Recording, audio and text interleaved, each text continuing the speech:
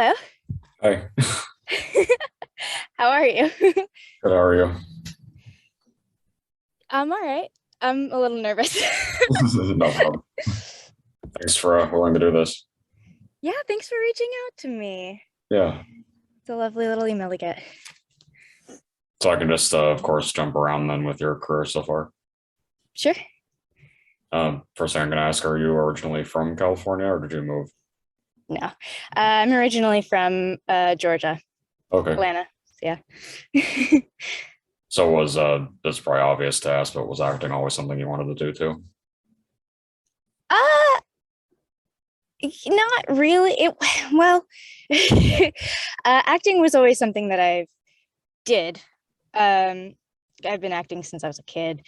Um but I didn't always think it was going to be my career. Mhm. I actually moved out to California for a different career that did not go well. So pivoted to acting. So yeah. What was the original reason you moved out for? Originally, I was in San Diego, working for a horticulture firm, growing cacti and succulents, because I had a degree in entomology and I'd also gotten a minor degree in horticulture when I went to college. Uh, and yeah, I moved out here for that originally. So I'm from Georgia and I got my degree in Georgia. Um, so cacti and succulents aren't really like a thing out there. I mean, they are, but like we have other plants too because it's not so dry. Everything's humid. So I was growing other crops, mostly food crops in Georgia. And I didn't realize until I moved out here and started working with them that I am allergic to most cacti and succulents. Okay. uh, so yeah, I was literally allergic to work.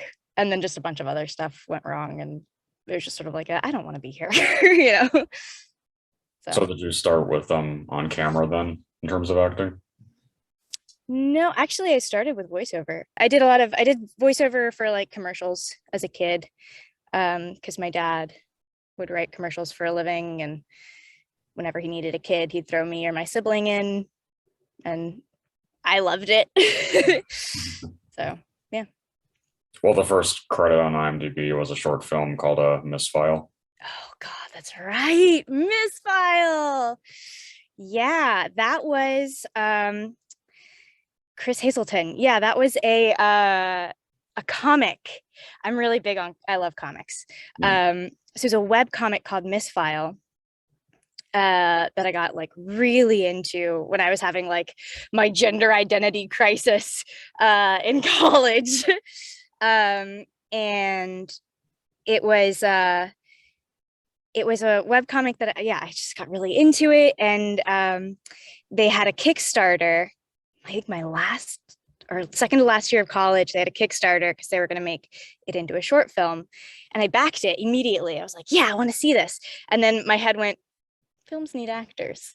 So I reached out to the writer and was like, are you holding auditions? And he said, yeah. And it was in North Carolina. I lived in Georgia. It was during finals. I lied to a professor and had a final moved in a class I was supposed to take a final in so I could drive up to North Carolina to audition for this short film.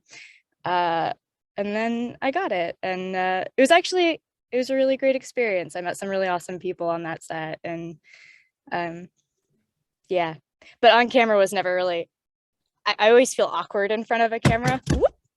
Hello. Yeah, on camera was never really like my dream, Mhm. for acting. Well, it looks like after that, then it was a more fun, crazier project, the Grindhouse. Detective Grindhouse. That one was in college. Uh, my very good friend Stuart Robinette is an incredible screenwriter, just an incredible all around person. And he wrote this short film. That was actually the second short film I'd done for him. The first one's not on IMDb. Um, but he wrote this short film. I absolutely loved it. The character I played was a character he wrote based off of me. Oh, And he played her best friend, which was a character based off of him. So it was barely acting. I mean, it was acting, but it was fun. Yeah. So yeah.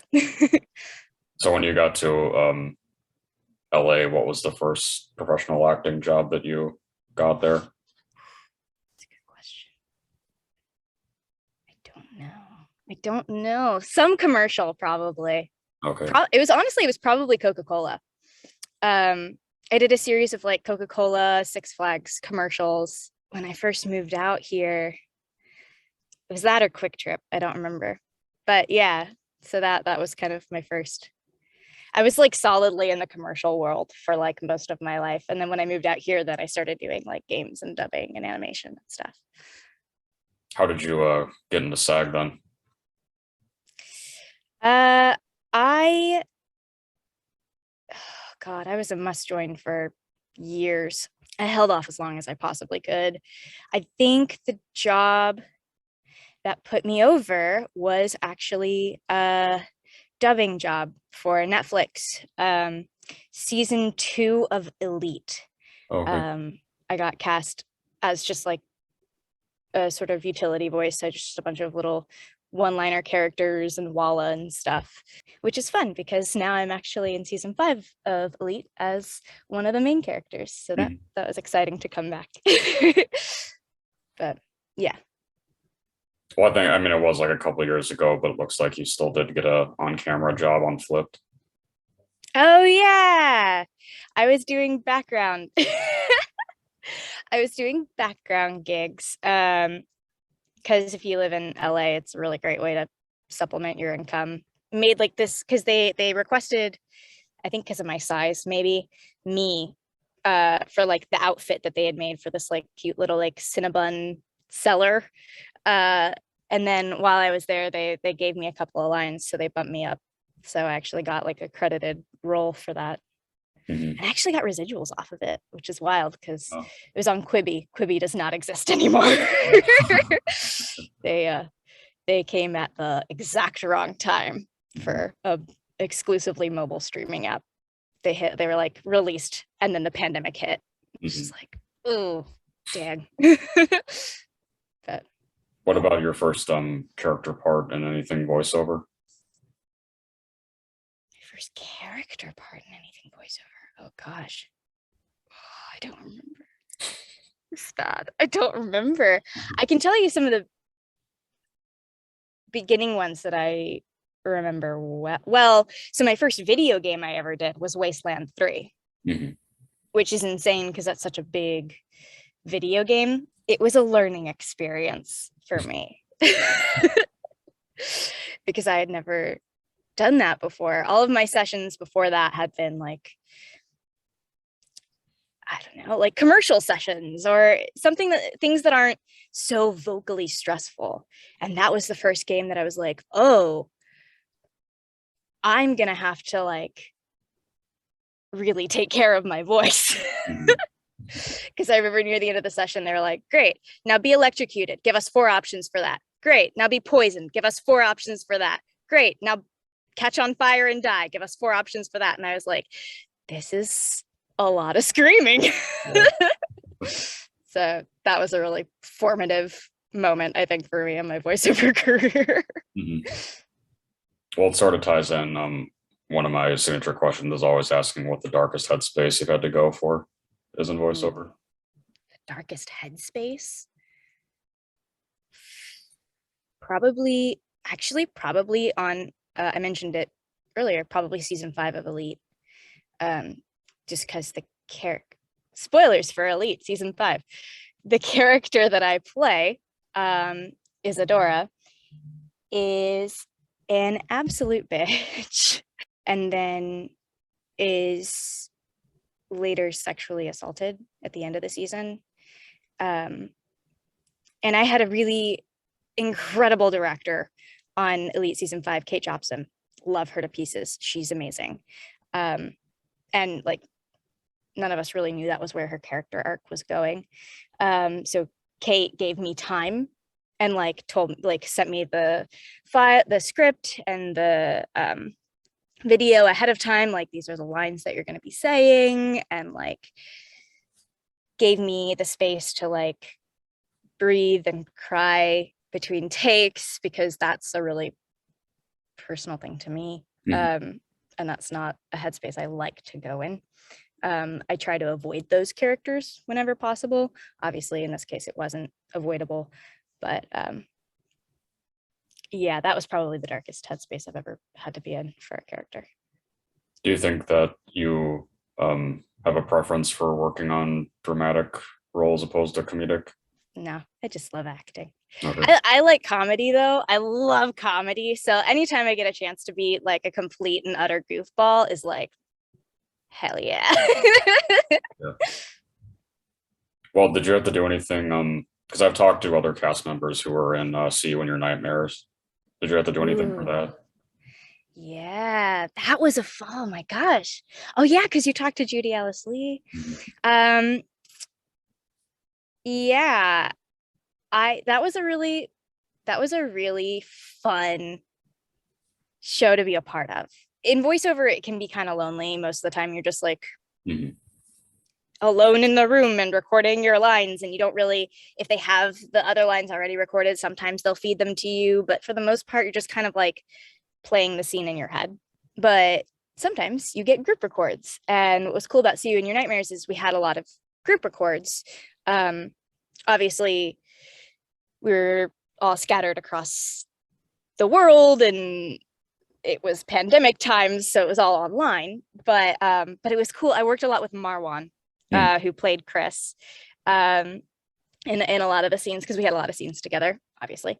But that was I really did enjoy that, and that was, I think, the point where like it kicked in for me that like, oh, I'm really grateful I did Wasteland 3 Mhm. so early, because I had already like I had to do a whole lot of screaming and crying and yelling for Esme, because she gets eaten alive in her nightmare. And yeah, they're or not eaten alive, but like her skin pulled off. And I could do that in a sustainable way because I already like studied how to do that and how to take care of myself, which was cool. Mhm. So yeah, that was a fun one. I Mhm. really enjoyed that one. And more of a technical vocal question, because I know that you've done boy voices as well. Do you have a process for that specifically? Not really, no. Well, most of my boy voices, I don't usually do the raspy, like the, let's go play. Yeah, that like raspy, like textured boy voice. I can do it. I don't usually, I don't know, maybe I'm just like too self-critical, but I always feel like mine's a little like too high. I don't know, whatever. And it's also like not the most comfortable thing. Like I can do it sustainably, but I don't like to, it takes a process to get there. So most of my boy voices are like on the sort of like cinnamon roll, like sweet, protect me, I'm shy side. So they're like, they're like, I don't know, they're like down. um, yeah, they're shyer, I guess. They're more like sweet than like textured. Mhm. Were your approaches to Sheeta and Theo different? Theo was so fun. Theo was hilarious because the original Japanese VA for Theo is very clearly just a grown man. Like, not even a grown man trying to do a child's voice, just a grown man just straight up talking. Mhm. And so like when I heard the original Japanese, I was like, you cast me for this? And the director was like, yeah, we're not going that direction. We want a kid. I was like, oh, okay, cool. Um, so that was fun to voice, because I kind of like, in dubbing, a lot of the times there's like a balance. You have to like, to an extent, follow the original actors Right. like way of acting, especially in live action dubbing, because you have the whole facial expression and body language to go along with it. But but you have like a baseline where it's like, okay, I know what I have to act, and it's that, but in English and in the voice that I'm using for this character. With Theo, it was like, do whatever you want to do as long as it matches the flaps. So that was fun. I know there wasn't as much to do with Sheeta and Prince of Tennis, but no, yeah. But he was fun too. Yeah. Yeah. And so then with Fire Emblem, were both of your characters, was that pre-pandemic or was that during pandemic too? Oh, that's a good question. Neimi was during the pandemic. Because I think that was like last year that I recorded for her. Malice was at the beginning of 2020. I know I recorded it from home, but I don't remember if it was pre-pandemic or not. I think it might have been like right at the top of the pandemic. I don't know. That's a good question. It was like in that like weird little area of like, I think we're not sure what's gonna happen type thought. Mm-hmm. So I don't know. I know I recorded it from home. When I recorded for Neimi, I knew going in it was going to be Fire Emblem. But when I recorded for Malice, I had absolutely no idea until like the day of the session. And they were like, all right, cool, we got to. Has anyone told them, do you know what game you're doing?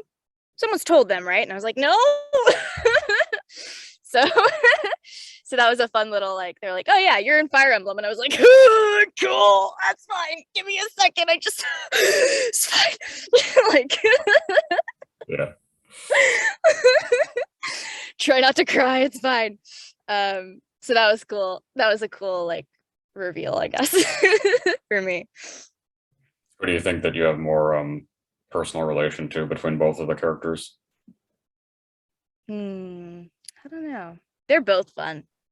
Malice was fun because she's a badass, and I like never get to play the badass. It's always like the cutesy one. But Neimi is fun, and she had a lot more sentimentality to her lines, which was also really great to be able to do. So I don't know. I love them both. It sounds like vocally that they're both pretty similar to your natural voice.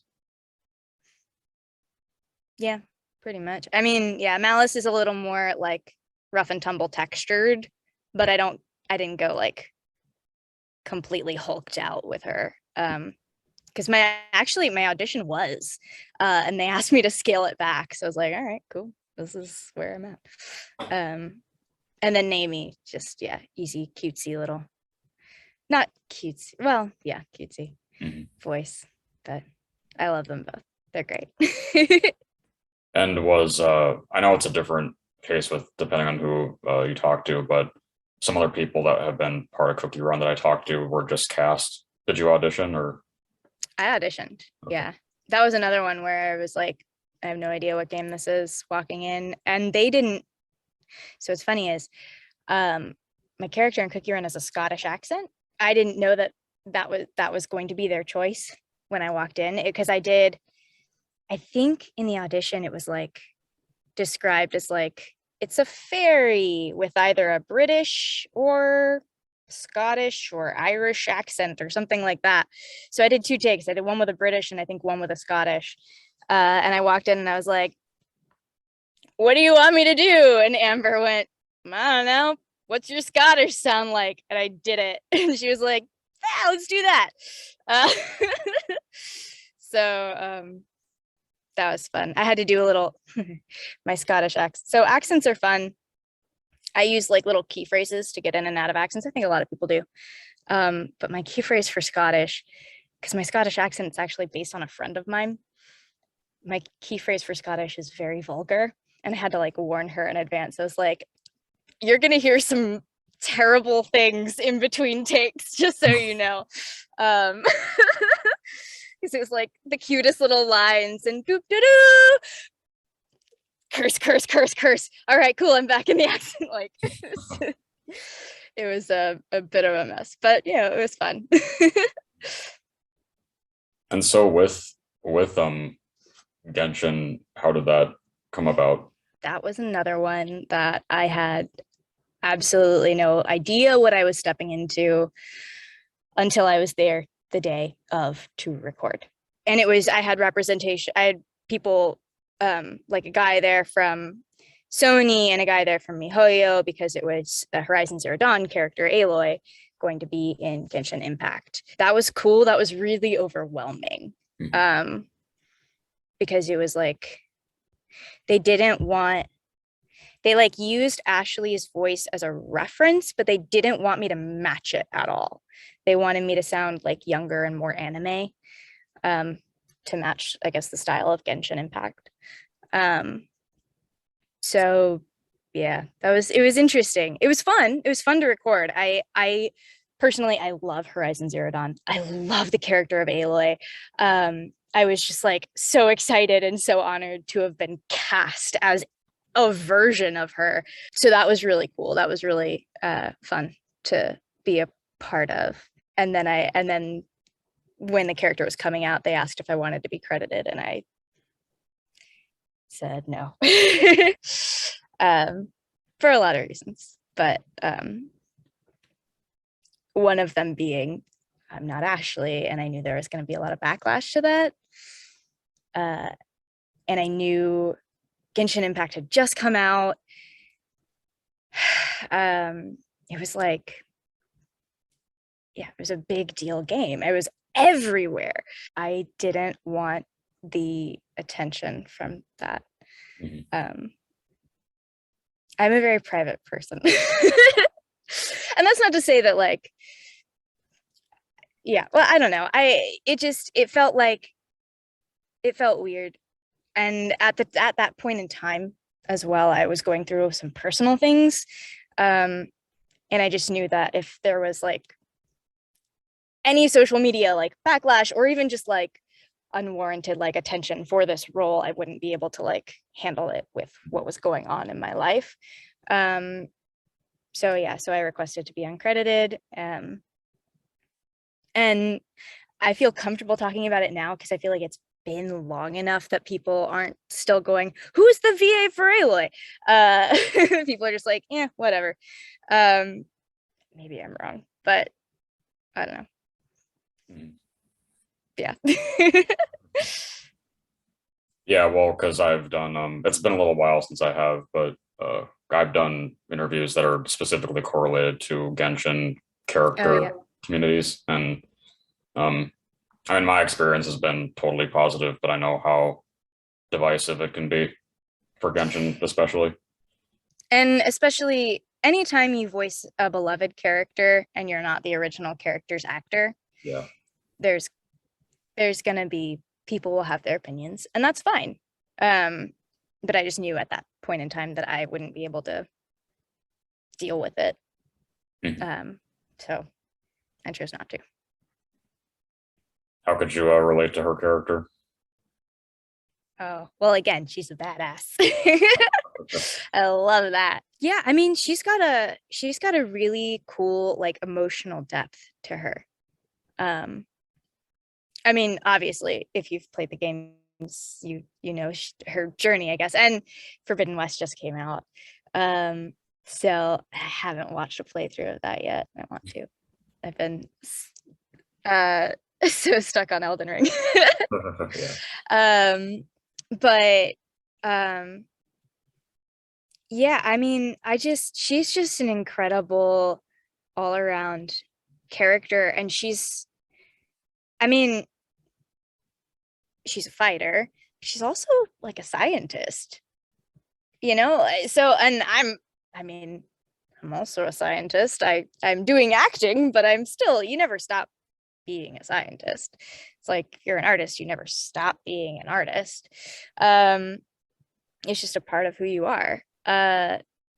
So I thought that was really cool. I like she has this sort of, yeah, I don't know, fascination with the machines around her and this world. And well, in Genshin Impact, obviously, is a different world to hers. But I don't know.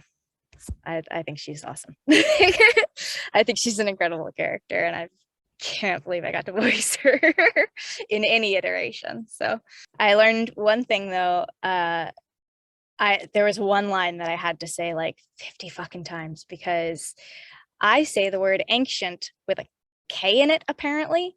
And I don't even remember how you're supposed to pronounce it, but I say ancient, and that's not how you're supposed to pronounce that word, apparently. So they're like, no, say ancient, or I don't even remember what it was. How do you say ancient? Ancient. Okay, that. I don't know why my mouth just defaults to the ancient, Oh. but yeah, I just couldn't, because it was the first time anyone had told me I pronounced that differently to somebody else, and I was like, I don't know what I'm doing wrong, but it's not happening. Yeah. So Was Shadowverse relatively early?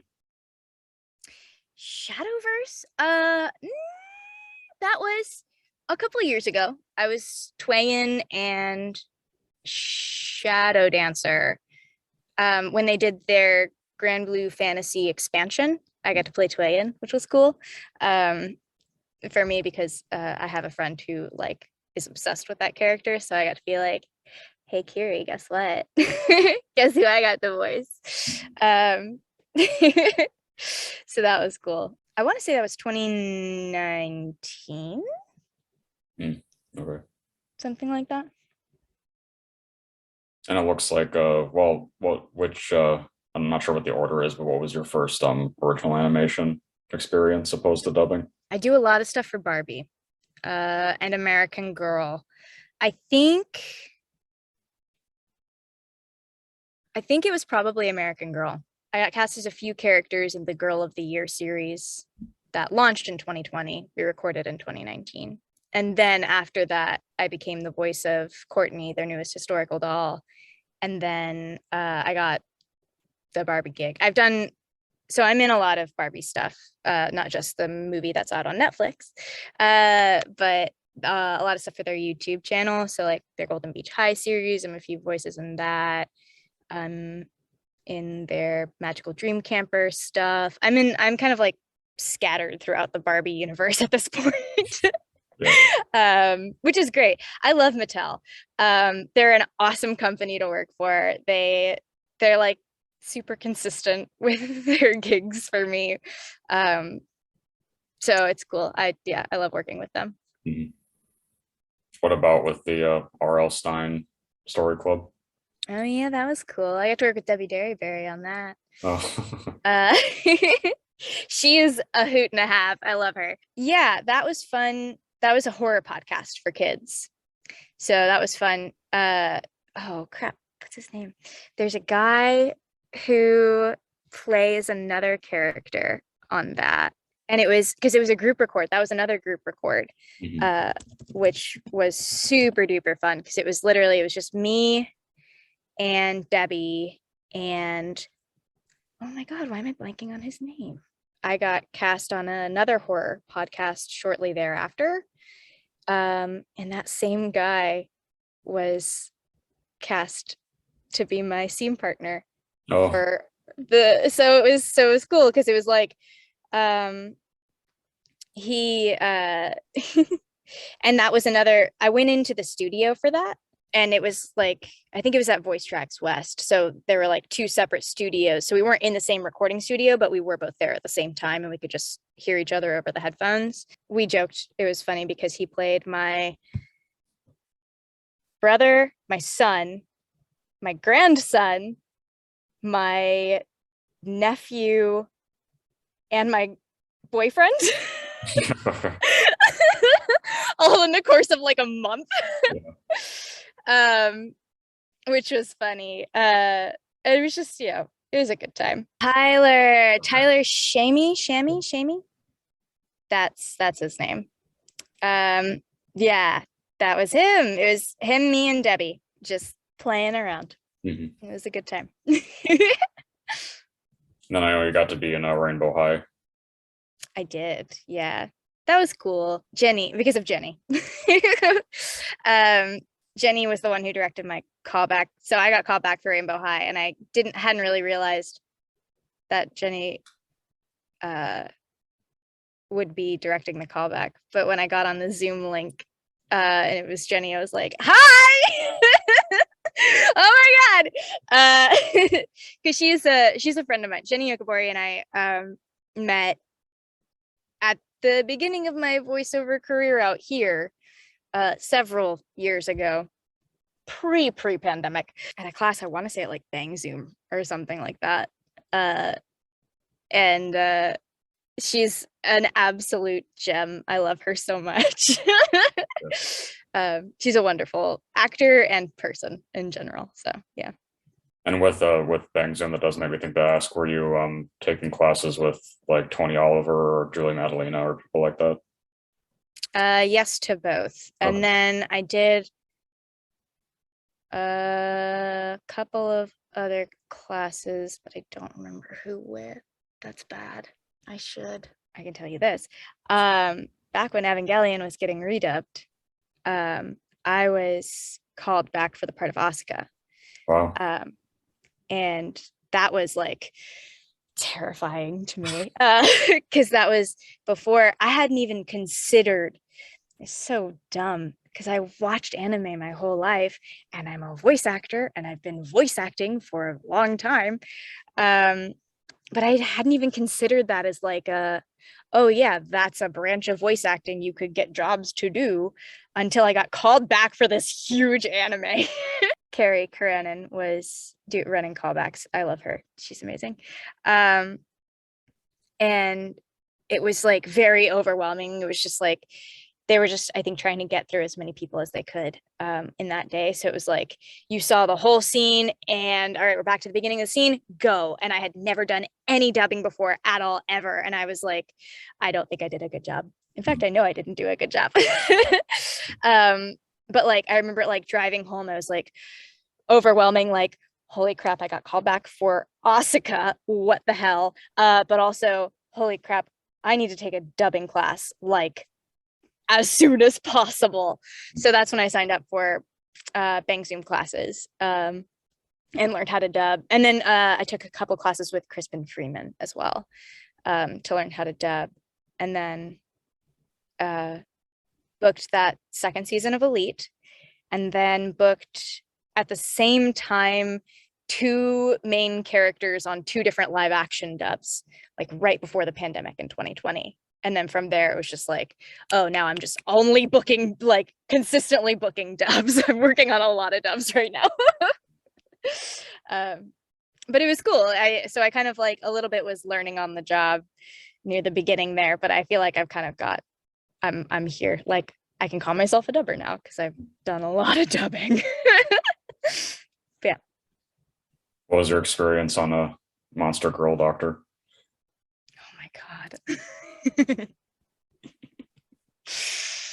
Monster Girl Doctor. I auditioned for that and booked it within an hour. I remember that the day I got the audition, I was like, I was feeling really crummy, and I don't know. I think it was maybe like,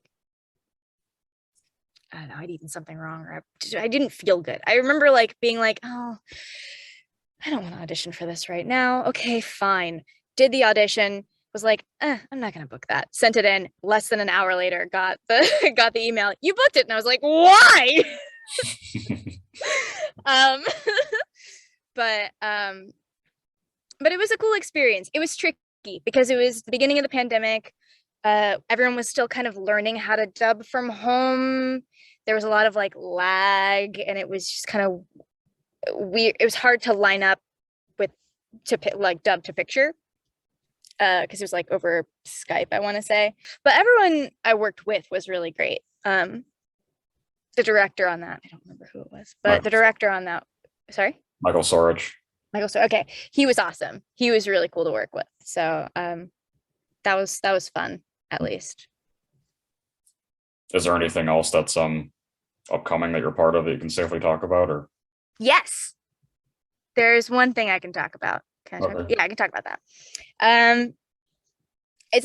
It's an audio book thing, audio play. So there's a guy named Chris Diaz who writes. He recently recently, last year, did a Kickstarter for a bunch of D&D campaigns that he wrote, which look really awesome. And they're gonna be super awesome. But they're Conestoga, Paradise, and Taurus are their names. The full thing is called Affinity. So me and a group of really awesome people are working on doing the audio play of those 3 settings, I guess. So there's like an underlying plot to this whole like world he's built, involving the same characters in each world. So they're different versions of themselves in these different worlds, and they have different relationships to each other, which is cool. So like there's one of the characters I play is named Alina, and in one of the worlds there's another character, Augusta, who's my dad, but in another world he's not my dad at all. He's just the stranger that I've just met. So it's interesting. It's going to be a lot of fun. Where it's a lot of pages. So we're slowly sort of hunking our way through it right now. But that should be out. I don't know when that's coming out, maybe next year sometime.